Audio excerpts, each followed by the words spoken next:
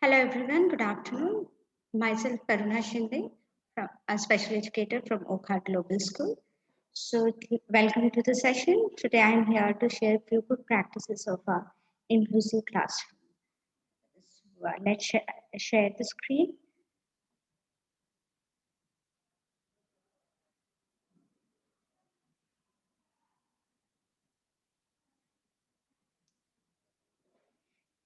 Okay, introduction. Inclusion is an educational practice whereby students with special needs are fully integrated into the general education classrooms at a school.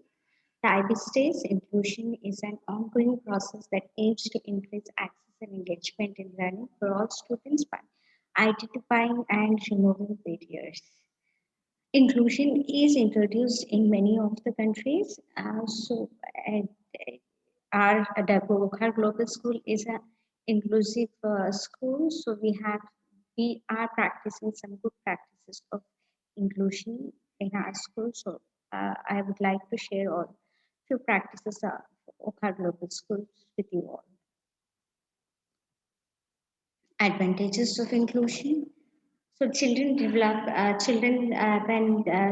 children with special needs get facility to learn with their non-disabled peers. They develop few good practices, and even children with non-disabilities also develop few good practices, being with them, like helping each other, or how to handle the students with disabilities and all. So these are the few advantages of inclusion. Tolerance and celebration of diversity. Students learn how to mentor and help others who are impaired. Special needs children learn effective social behaviors modeled through the other children. Access to the general curriculum, less isolation for special education students, greater access to teachers, resources, etc.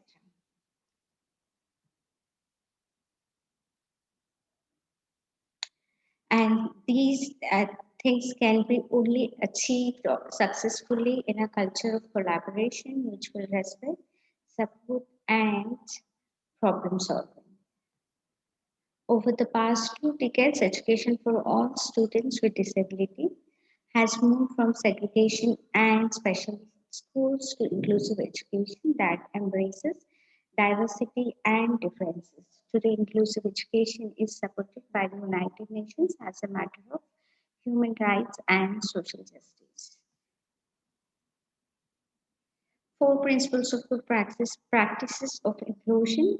WGS practices these four principles, affirming identity and building self-esteem of the students and whole school community, valuing prior knowledge, scaffolding, extending learning.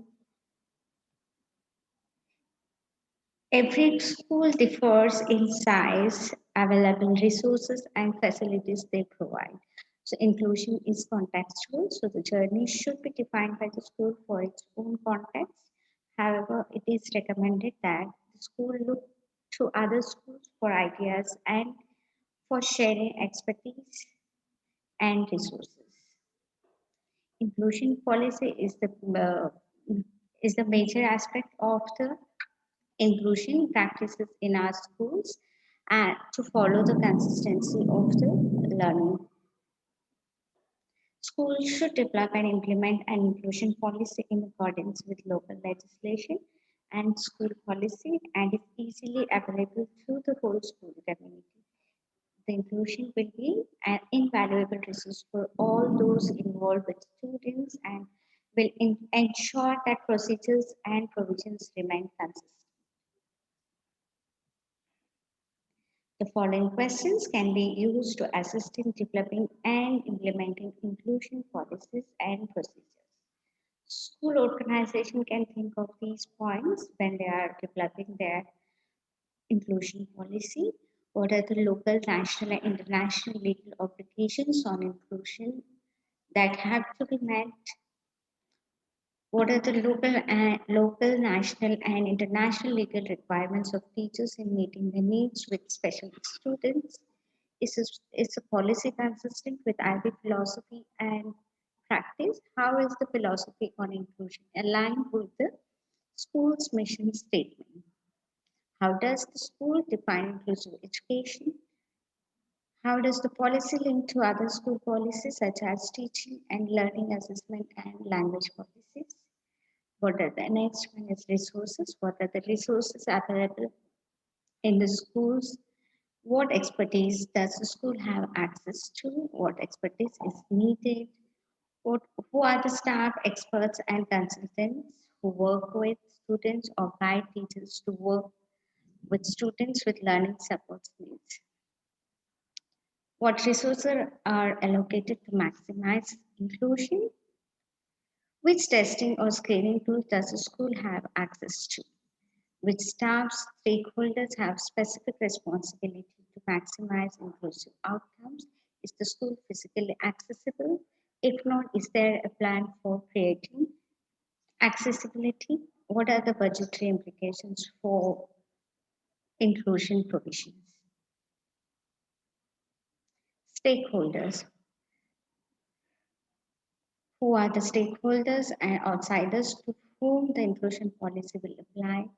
Management, teachers, students, or legal representatives of students, non-teaching staff, visitors. Which stakeholders are made aware of the inclusion policy?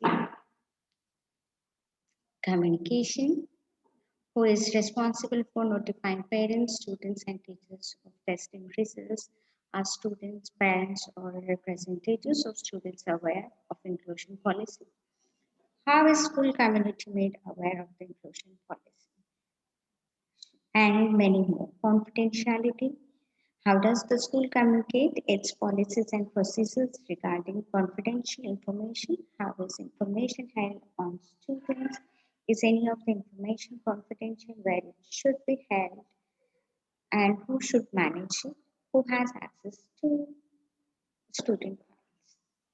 These are the things, policy documentation. What are the documentations to be maintained when we have inclusive practices in our classroom, policy and processes?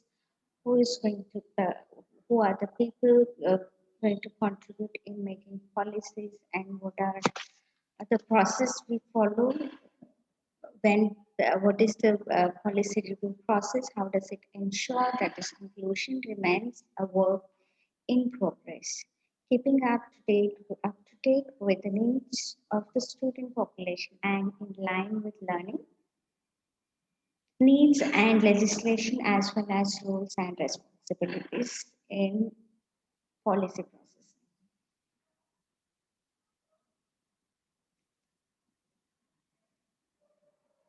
A very important aspect of inclusive classroom is learning plans.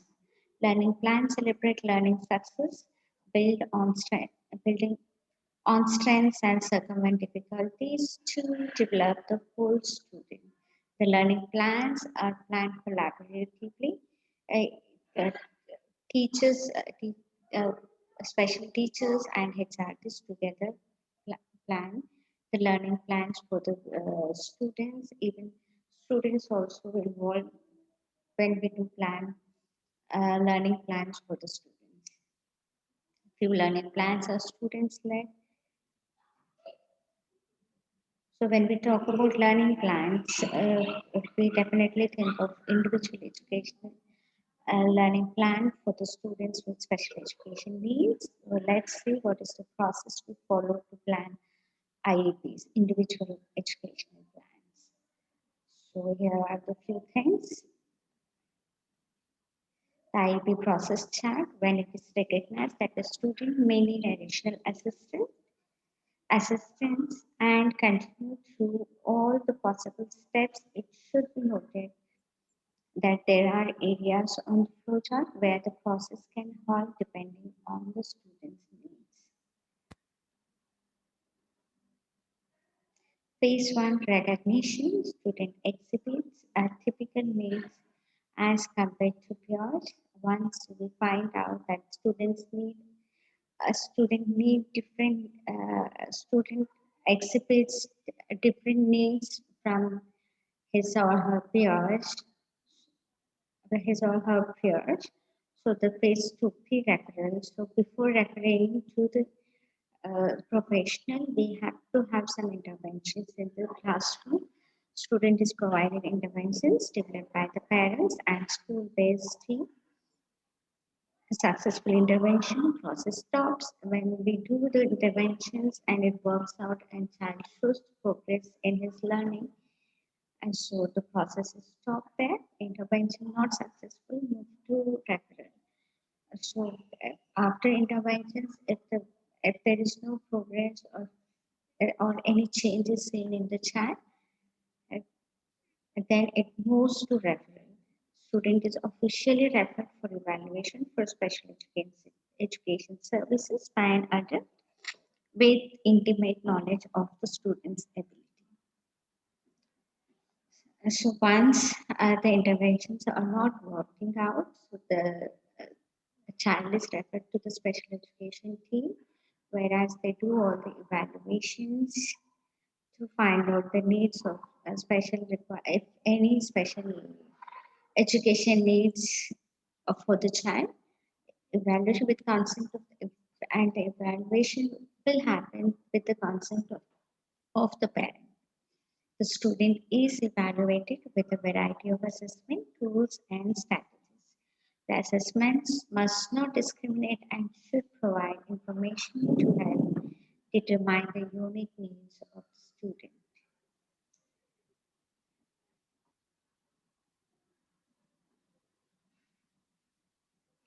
Phase 5, IEP team determines if the referred student is eligible for special education.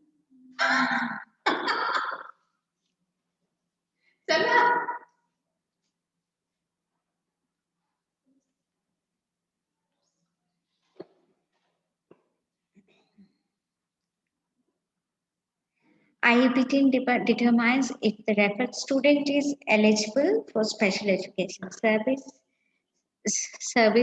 The student must have a disability that negatively impacts his or her educational performance, and the child needs special education services in order to benefit from. No disability is noted once the special education teams found that there is no disability is noted that impacts educational performance. Special education not required, process stops, student referred for interventions again. And this happens collaboratively with HRTs and special education teachers by giving classroom support to the children. Determination that a disability impacts the educational performance and eligibility is determined for special education services.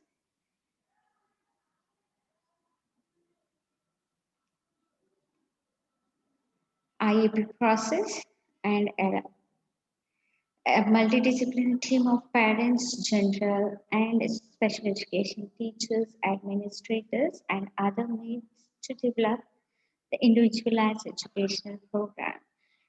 This document guides the special education program that will be provided for the student. The IEP team must also determine the least restrictive environment and provide justification in the IEP for more restrictive placements. Phase 7. Once the IEP process has planned, then we have to have a practices to implement the IEP. The entire team has the responsibility to ensure that the IEP is implemented. Each year, the IEP team is required to meet for the dual purpose of evaluating the implementation of the current IEP and to develop the next annual IEP. So, many times it happens that the 4-year plan is not completed. So we carry forward the same plan for a few days until the earlier plan it completes.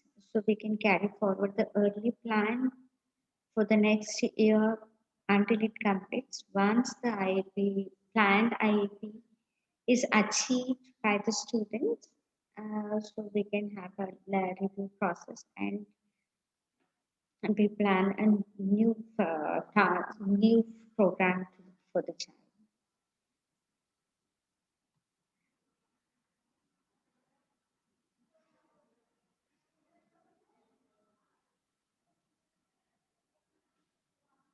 And IEPs are planned on the strengths of the child. All the learning plans celebrate strengths and interests of the student, and it is student-based learning plans.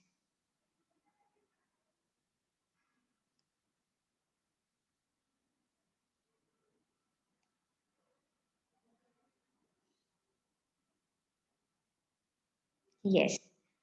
So for today, I'm stopping the session here. So if any questions, you can write me or you can ask me